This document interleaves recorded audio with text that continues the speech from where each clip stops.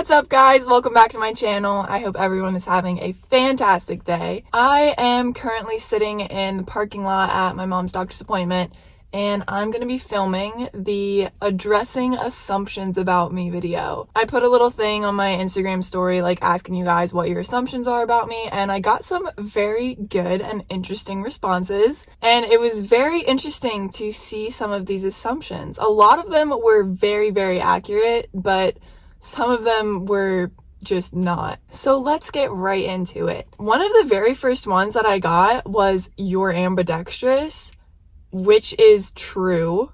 And I feel like a lot of people, like, that's not a common thing. Like, people aren't usually ambidextrous. So I thought that was weird that, like, that was one of the first assumptions. But yes, I am ambidextrous.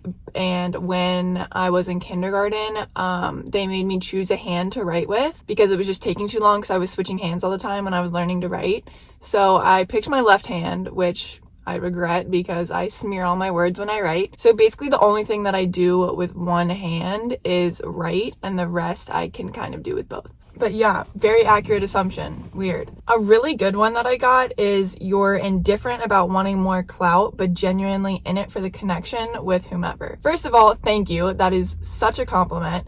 And also very, very true. I've said this since like forever about modeling in general, and now about social media stuff. I don't care about being famous. I don't care about the clout or whatever. My favorite part is literally just meeting the amazing people that otherwise I wouldn't get to meet. With modeling, I get to meet so many cool photographers, makeup artists, like directors, casting directors, designers. It is such a cool opportunity. I don't care if anybody knows my name. I think it is sweet to meet these like super insane creative people. But yeah, thank you. That was a very good assumption, and that was so kind, so thank you. Someone said you and your brother are literally best friends. This is definitely true, and I'm not ashamed to say it. My little brother is my best friend, but that's not to say I don't hate him sometimes. Like, I love him, but we are just polar opposite personalities. I am very quiet. I kind of keep to myself. I don't say much, and he talks nonstop. He is so loud and so full of energy all the time, and that's great. I love that, and I love that about him. But there are times when I scream at him, I yell at him to get out of my room, I yell at him to stop talking. We don't get along all the time, don't be fooled, but he's definitely my best friend. I got one that says you're very independent and rely on yourself rather than other people.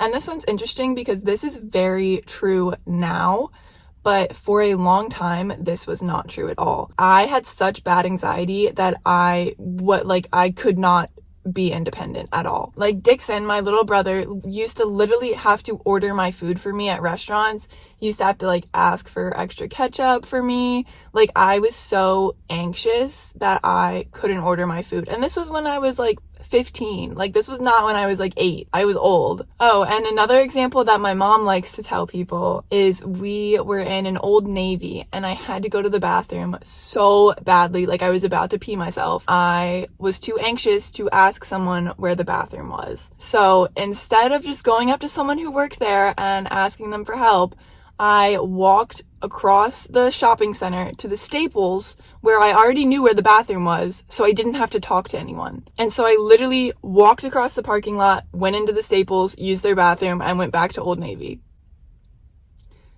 I was an anxious person, not independent at all. So my struggle with anxiety really was quite crippling as a teenager. Also, like, walking in the hallways at school, that used to stress me out so much. I would literally never walk through the hallway alone. Like, one time my mom was dropping me off at school and I had been at a doctor's appointment, and I was like, no, I can't go in yet. The bell is about to ring and everybody's going to be in the hallway, and I don't walk through the hallways alone. And she was like, what are you talking about? Just go inside. And I was like, no, like, I'm gonna wait until no one's in the hallway. Like, I can't go in alone. So I would literally memorize like 3 of my friends' schedules so I knew where they would be after class and where they were going, so I would always have someone to walk with through the hallways. I don't know if that's normal or not, but that was normal for me. But now I am really not that way at all. I think I'm super independent and do most things by myself and kind of prefer to be by myself. But it definitely took a while to get to this point, and I think that's just like going to counseling, dealing with my anxiety, and just getting older, more independent, like living on my own and stuff like that. So yeah, if you're like me, you will get there. You will get past your anxiety, I promise. This is a good one. Someone said, you portray yourself as happy online, but offline you're going through your own struggles. I think this is true with literally every single person you see on the internet. Like every influencer, every celebrity, so many people on the internet portray themselves as happy because that's just how they want to be seen. But I am here to tell you, nobody's life is perfect. And just because you see someone being super happy and like carefree on the internet, they're going through their own struggles. I promise you, everybody has problems, everybody goes through stuff, but not everybody shows it. This is definitely true with me, and I try to kind of make sure I'm always positive on social media. Not so much that I'm hiding any struggles that I'm going through. I am just kind of a private person. I'm just not comfortable opening up about struggles that I'm going through, like specifics and stuff like that. But just know that I have a lot going on and I certainly struggle. Don't think that my life is perfect, because it definitely is not. And I'm very grateful that my life for the most part is pretty positive and great and stuff, but definitely do have struggles. And this assumption kind of goes along with the last one. This one is, you have a lot of trauma you don't talk about. The answer is yes. I don't know if I'm comfortable talking about anything specific on the internet. It's like a very personal, private thing to me. But I have spent several years in therapy working through PTSD. It's a really interesting thing to have. There are lots and lots of layers to it. It's not something that just goes away. It takes a lot of healing. It takes a lot of commitment to healing. You really have to work towards getting better. You have to work towards feeling better. But yeah, it's true that I don't really talk about it just because I feel like it's something that's really personal to me. I think in the future I will be more willing to open up about it and talk about it, just to try and help people who are going through what I've been through, because I think it's important for people to hear other people's stories so they know they're not alone. And don't get me wrong, like, if I was in a position to tell you guys what I'm going through, I would. And I can't wait to be in that position one day where I can try and help people by sharing my story. But I just don't think it's an appropriate time to do it now. So yes, this assumption is true. I have trauma that I don't talk about. On a lighter note, somebody said you would get more tattoos if you didn't model. Yeah, I would be tatted up right now if I didn't model.